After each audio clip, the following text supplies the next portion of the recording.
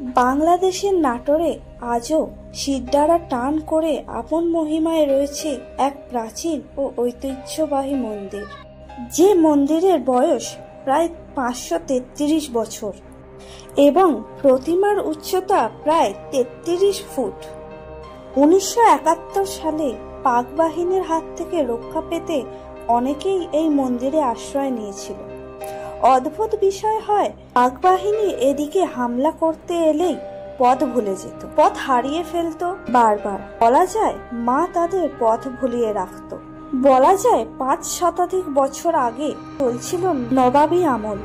ঠিক সময়ে বর্গীদের অত্যাচার থেকে বাঁচতে বহরমপুর থেকে 60 ঘর বণিক চলে আসে এই লালপুরের বুধপাড়ায়। বণিক দল বুধপাড়া অঞ্চলে বসতি স্থাপন করে।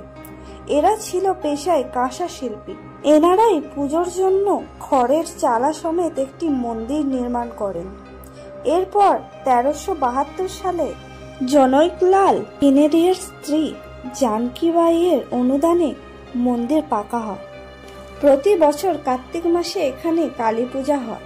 সেই পূজাকে ঘিরে বড় করে মেলা বসে। উৎসবের আয়োজনে মেতে ওঠে মানুষজন। নাটোরের জমিদার পূর্ণচন্দ্র দাস মন্দিরের নামে প্রায় 150 বিঘা জমি দান করেছিলেন। শোনা যায় দেবীকে তুষ্ট রাখতে মন্দিরে পুজোর সময়ে পাঠা বলি আয়োজন হয়ে থাকে। আরো নতুন নতুন রহস্যময় ও ভয়ানক কালী মন্দিরের অজানা রহস্য জানার জন্য আমার চ্যানেলটিকে সাবস্ক্রাইব করবেন এবং লাইক করবেন।